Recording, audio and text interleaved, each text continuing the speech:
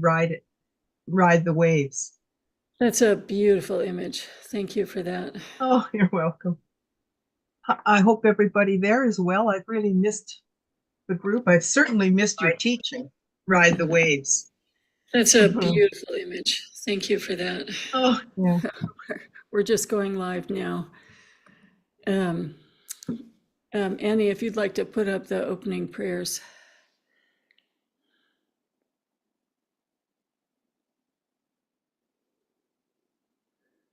And we'll just, as we sit and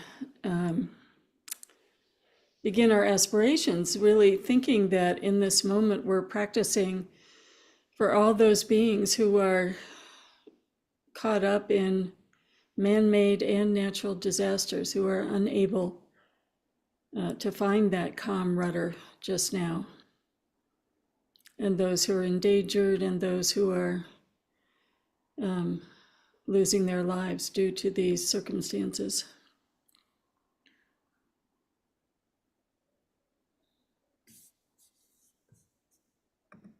Grant your blessings so that my mind may turn towards the Dharma. Grant your blessings so that the Dharma may progress along the path. Grant your blessings so that the path may clarify confusion. Grant your blessing so that confusion may dawn as wisdom.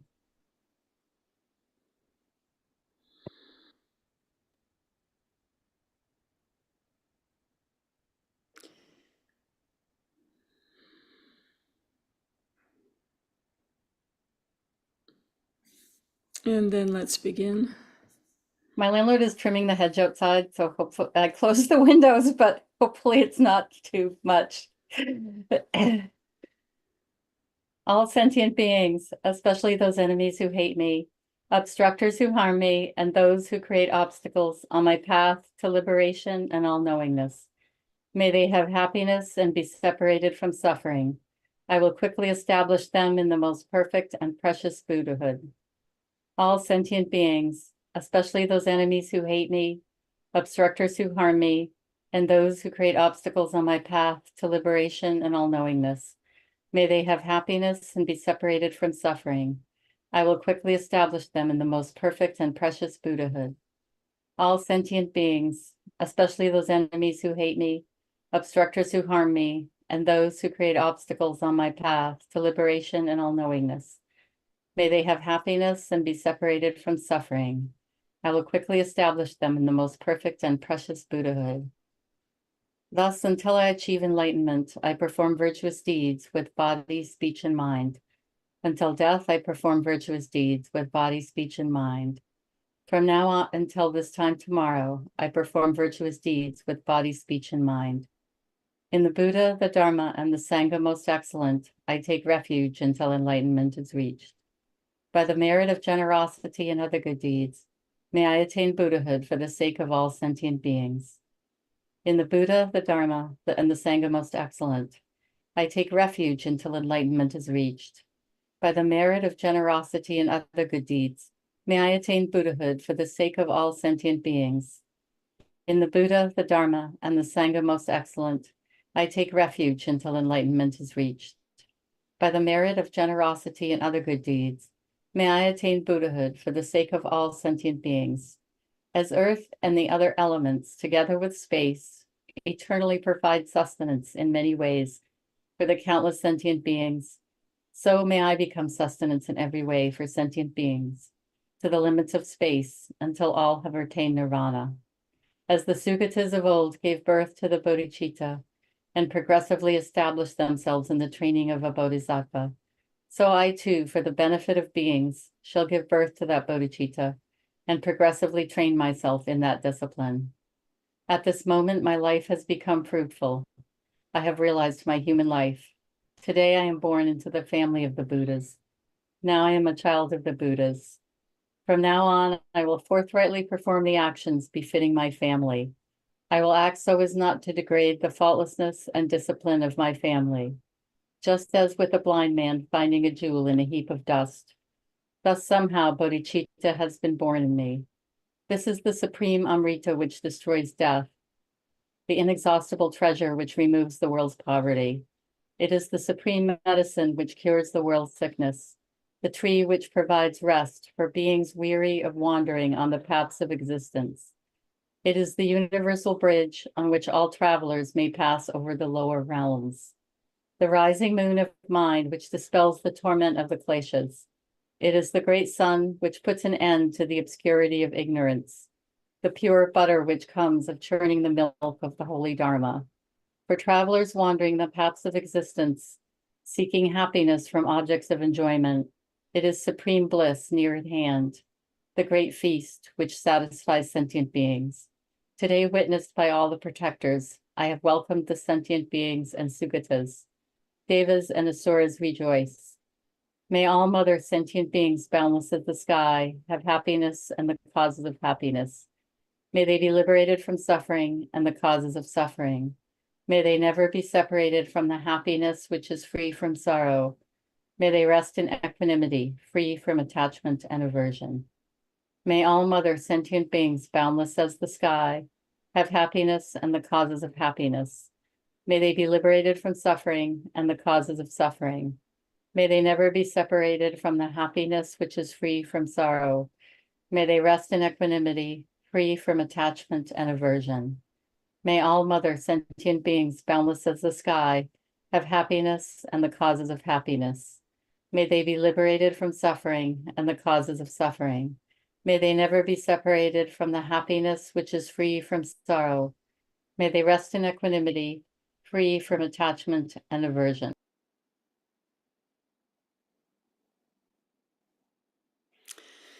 Good morning, everyone. It's lovely to see all of you. It's a gorgeous, idyllic Maine summer day here. And I thought we would have a palate cleanser before we moved from the shamatha instructions in the text we've been using to the Vipassana instructions. And my mind turned towards Dogon, because once a year Upaya has a weekend on Dogon. And Dogon is the great Zen master who brought the Dharma to Japan in a way that created a foundation and made it flourish. There were, of course, some wonderful princesses who were the very first, but unfortunately, it didn't get a firm foundation to last in the way that it did with Dogon. But I think Dogon is a really breath of fresh air in our studies, because we have been working with a meditation manual, which sometimes can seem fairly technical. And also it can seem as though it's giving step-by-step instructions. Once we understand it, we understand there's a million variations of how to understand how our mind is working and then bring our mind into focus. But it takes a while to understand that all of these variations are helpful and meant for us to use in our own uniqueness. Whereas the easiest way to understand how Dogon teaches is he's like jazz. It's not logical, it's not straightforward, mostly it's not clear. It's a whole different kind of presentation. And our Sangha has actually a really wonderful personal connection. A very long time ago, someone who was a social worker in Canada was working with somebody who was dying who had a collection of Dharma books. And so she sent those Dharma books to me after the woman died.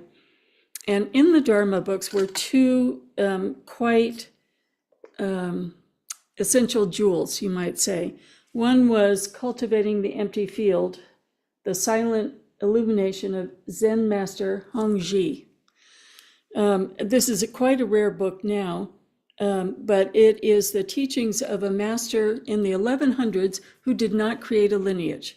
So he had a profound teaching, but it didn't form a lineage that was passed along in time. And then the other book that was formative for me was The Poetry of Enlightenment by Chan Master Sheng Yen. And when Dogon was trying to understand meditation and profoundly explore meditation, he went to Master Hongji's monastery in China, and he met Master Hongji's student. And this silent illumination tradition of Master Hongji was the formative instruction that Dogon needed to pull together how he understood meditation and transmitted in Japan. And Dogon's lineage worldwide today he's one of the grand masters of Buddhism, we could say. And then, as happens, countries go up and down in terms of stability and warfare, and whether monasteries are supported or not supported. And Chan Master Shen Yen was born in China, and then after World War II,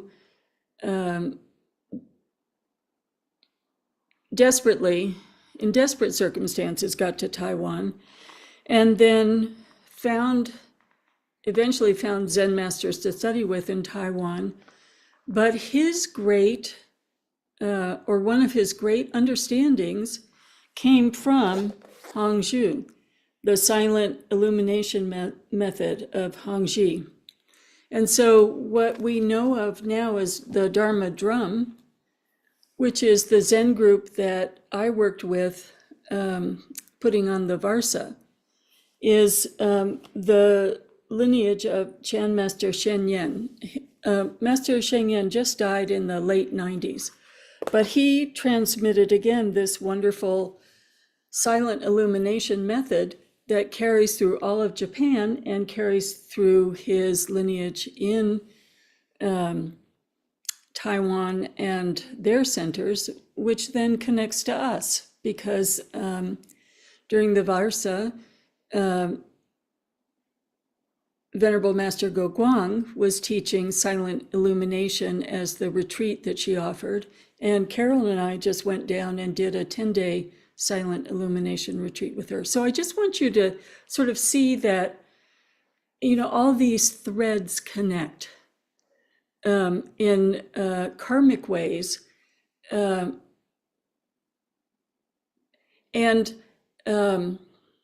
One tradition, it's not as though you were leaving your own tradition, but it can give you a fresh window into your own tradition when you look at it through the eyes of a different tradition.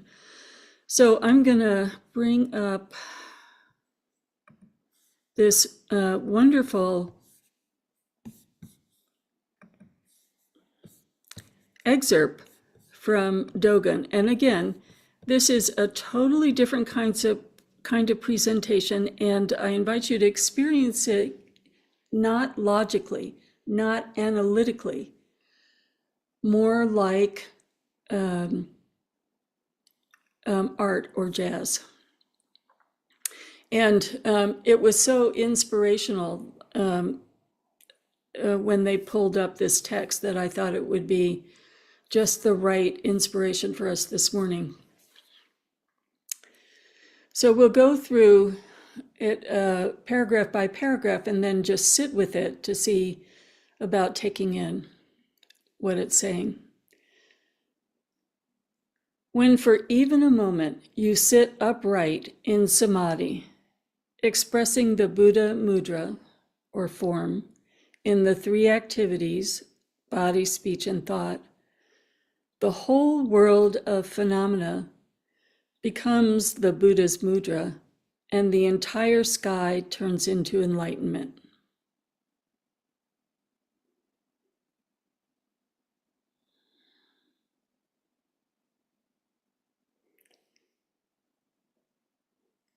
when for even a moment you sit upright in Samadhi,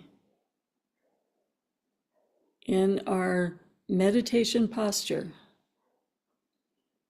with your body, speech, and mind united in that Samadhi, the whole world of phenomena becomes the Buddha's mudra, and the entire sky turns into enlightenment.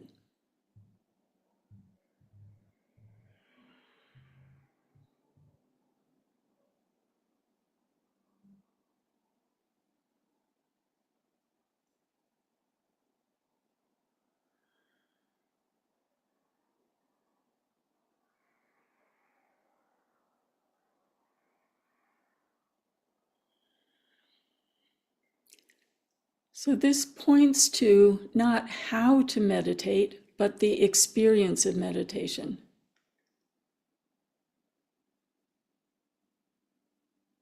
That moment when there's no outer phenomena separate from your experience, and that experience becomes both unified and non-conceptual. The whole world of phenomena becomes the form of the Buddha. The entire sky turns into enlightenment.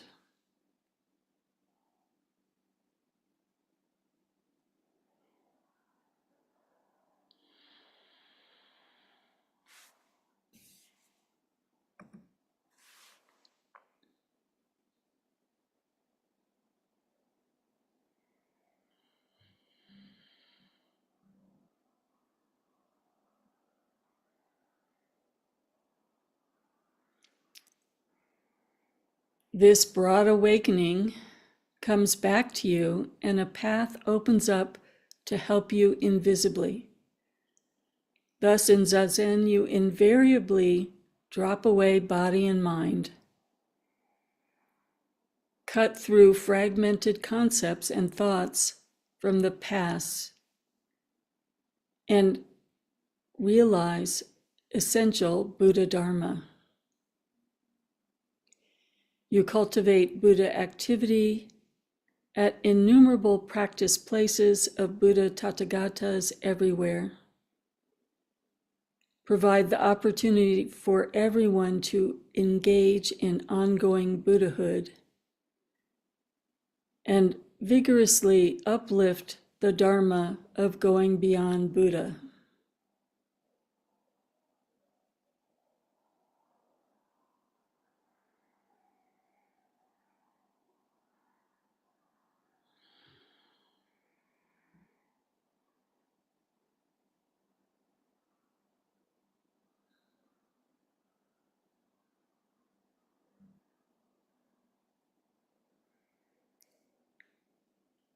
One moment of sitting in stillness,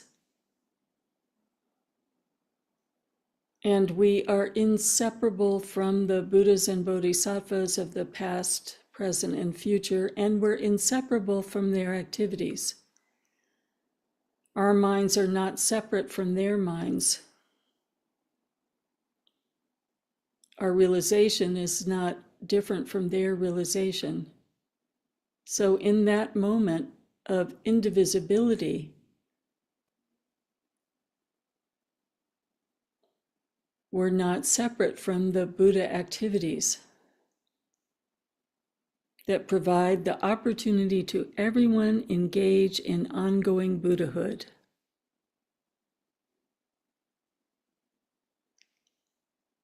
And should we mistake this for a thing that we've achieved, or that there is a doer, an object, and a doing, we vigorously uplift the Dharma of going beyond Buddha.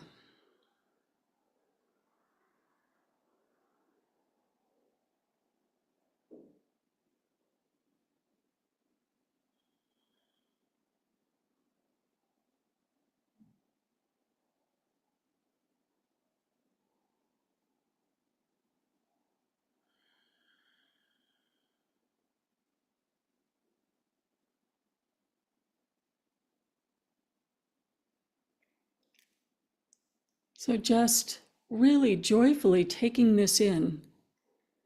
We're learning how to meditate. We're learning all the different factors that might assist us. But when we're actually sitting and all those factors become at home as aids that open doors for us into the stillness of our mind, the clarity of our mind, when we have even an instant of that stillness and clarity, it's indivisible from all the Buddhas of the past, present, and future, and their enlightened activities.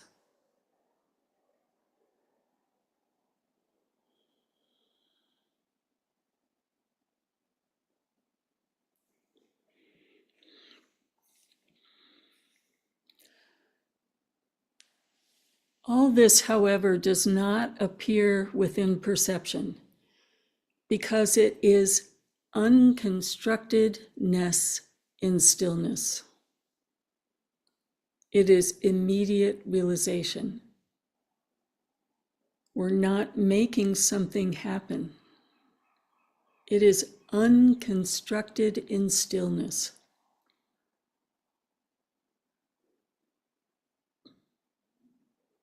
Immediate realization. If practice and realization were two things, as it appears to an ordinary person, each could be recognized separately. But what can be met with recognition is not realization itself, because realization is not reached with a discriminating mind.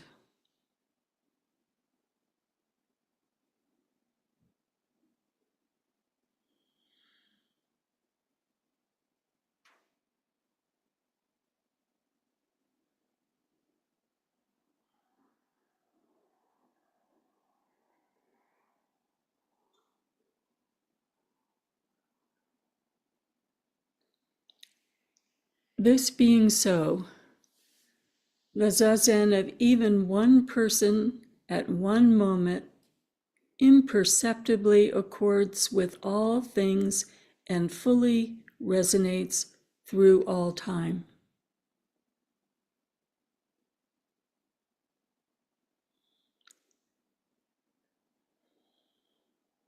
One moment of pure bodhicitta, one moment of clear, non-conceptual mind, even if we don't even notice because we pass by it so quickly. Indivisible with all the Buddhas and resonating throughout all time.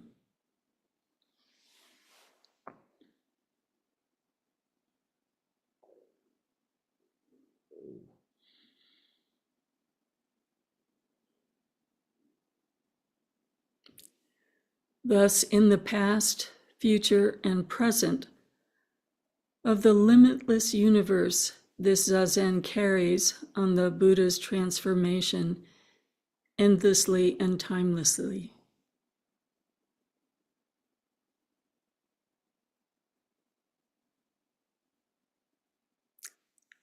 Thus, in the past, future, and present of the limitless universe of practice, carries on the Buddha's transformation endlessly and timelessly. Hongji's realization became Dogon's realization, became all of Japan's practice due to the extraordinary nature of his writing and teaching. Hongji's realization became Master Shen realization in our time, carrying on through all of the Dharma drum lineage.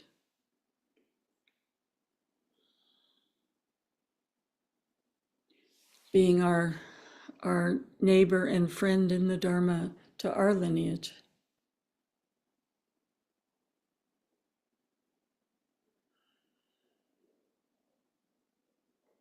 In the same way, one person of one moment imperceptibly with Our Holiness's teaching on bodhicitta resonates through all time, not in any way described by words. That one moment of pure bodhicitta is indivisible from Buddha Shakyamuni, from Master Hongzhi, from Master Dogon, from Gempopa, from Milarepa.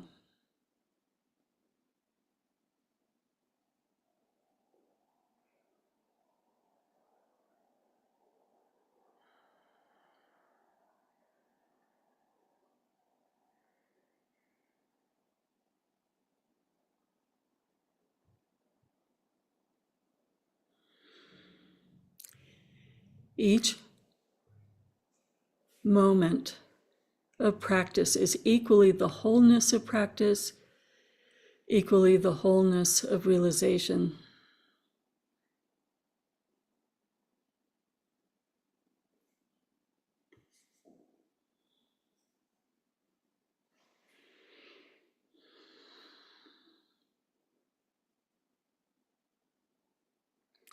Each moment of our practice, we could say our shamatha practice, is in the process of becoming our realization. Thus, it's equally the wholeness of practice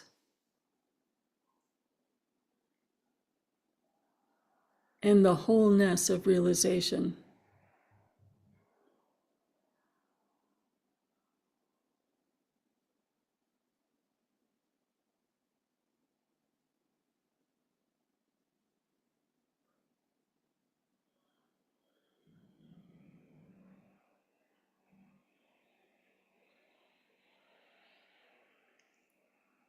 Each moment of practice is equally the wholeness of practice.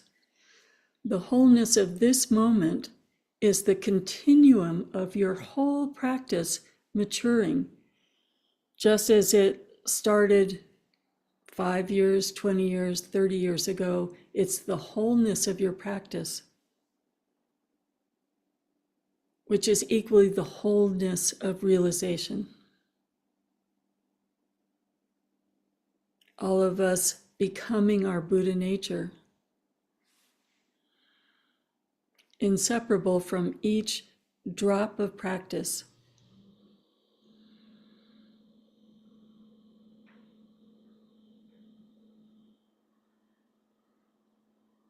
Each drop of practice leading to the wholeness of realization. So it's the ocean of the wholeness of practice and the wholeness of realization, each and every moment of practice.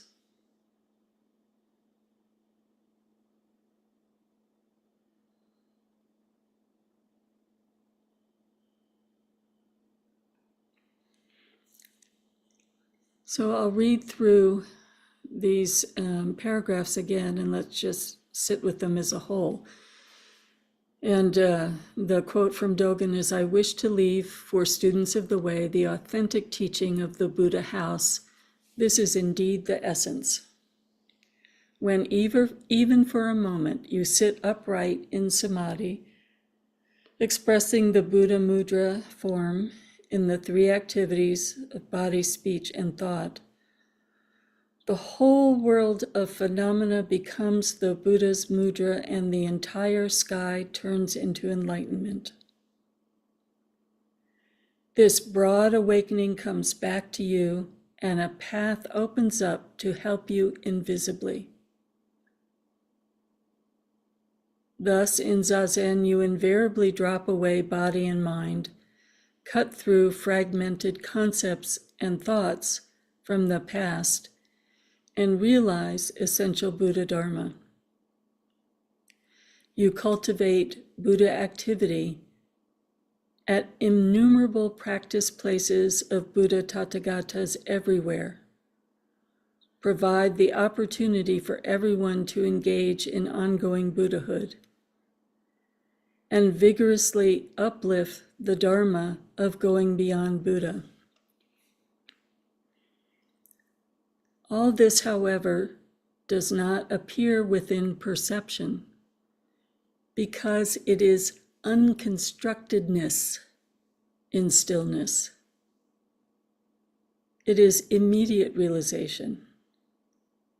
If practice and realization were two things, as it appears to an ordinary person, each could be recognized separately. But what can be met with recognition is not realization itself, because realization is not reached with a discriminating mind. This being so, the zazen of even one person at one moment imperceptibly accords with all things and fully resonates through all time. Thus, in the past, future, and present of the limitless universe, this zazen carries on the Buddha's transformation endlessly and timelessly. Each moment of zazen is equally the wholeness of practice, equally the wholeness of realization. So soaking this in, just sitting for a few minutes.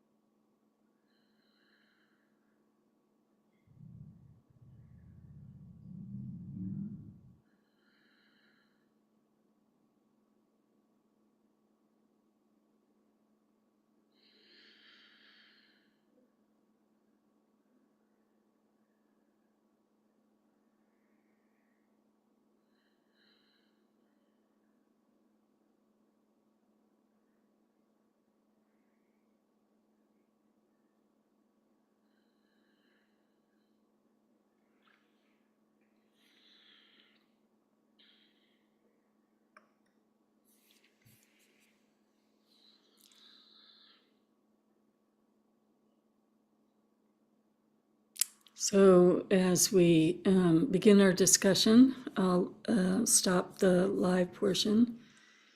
Bodhicitta, excellent and precious mind, where it is unborn, may it arise. Where it is born, may it not decline, but ever increase higher and higher.